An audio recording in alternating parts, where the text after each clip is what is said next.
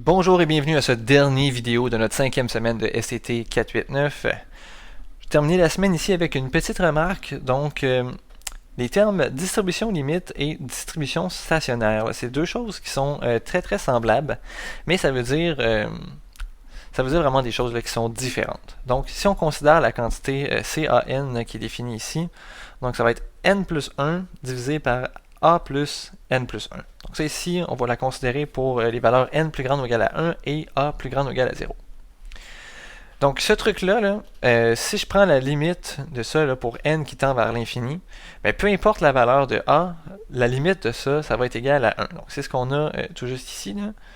Donc ça ici, la limite est égale à 1 et ça ne dépend pas vraiment de la valeur de A. Donc là ici, on est en train de parler d'une distribution limite parce qu'à la limite, peu importe la valeur de A, ça va donner la même quantité.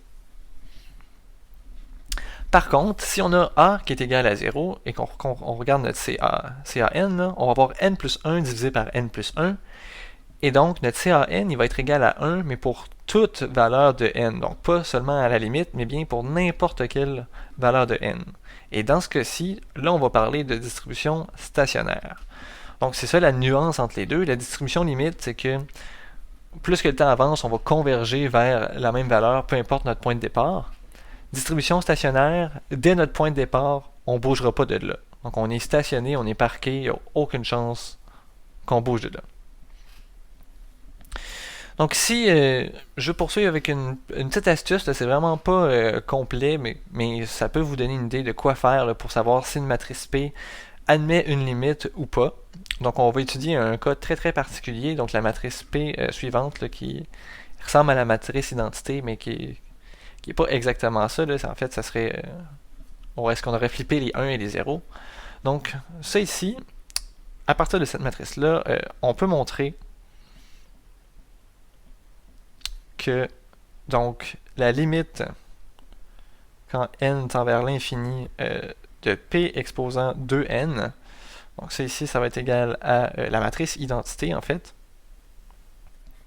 et que la limite quand n tend vers l'infini de P à la 2n plus 1, ça va être égal donc à la matrice P elle-même, la 0, 1, 1, 0, qui est égale à P.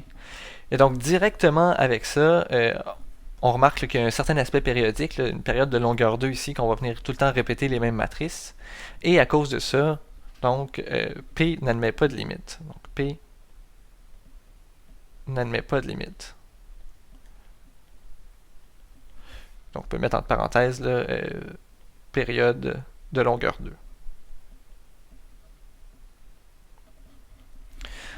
Donc, ça nous donne directement qu'on ne peut pas avoir de limite. Par contre, quand même des choses qui peuvent être surprenantes. Donc, si on considère la distribution alpha 0 qui est égale à 1 demi, alors on trouve que alpha n est aussi égal à 1 demi, ça pour tout n plus grand ou égal à 1. Donc on a quand même une distribution stationnaire qui existe. Donc il existe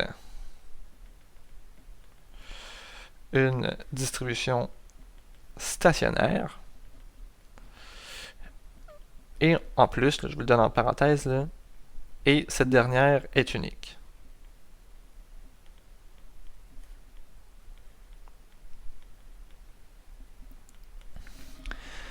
Donc là, je vais essayer de compléter un peu tout ça. Donc notre matrice P ici, là, on peut s'amuser à la décomposer. Donc on sait qu'une matrice P peut s'écrire S D S-1 si elle est diagonalisable. Et dans ce cas-ci, notre matrice pourrait être donnée par ça. Là. Donc D, c'est la matrice des valeurs propres. Ici, ce serait -1, 0, 0, 1. Et on a donc S qui est égal à -1, 1, 1, 1. Et donc en fait, le problème du fait que P n'admet pas de limite, c'est vraiment causé par le fait que D n'admet pas de limite. Donc si on regarde ici, là, cette matrice-là, c'est quasiment la matrice identité, c'est juste la première composante ici qui pose problème, et c'est elle qui n'admet pas de limite. Donc ça ici, là, cette matrice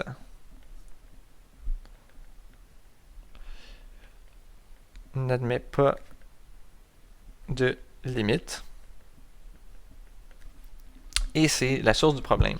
Donc, si je vous donne une matrice qui est un peu bizarre et qu'on je vous demande de prouver qu'elle n'admet pas de limite ou qu'elle admet une limite, ça se peut que passer par la décomposition SDS-1, ça vous ouvre un chemin beaucoup plus facile que juste essayer de deviner ou de montrer là, que la matrice elle-même admet une limite ou non.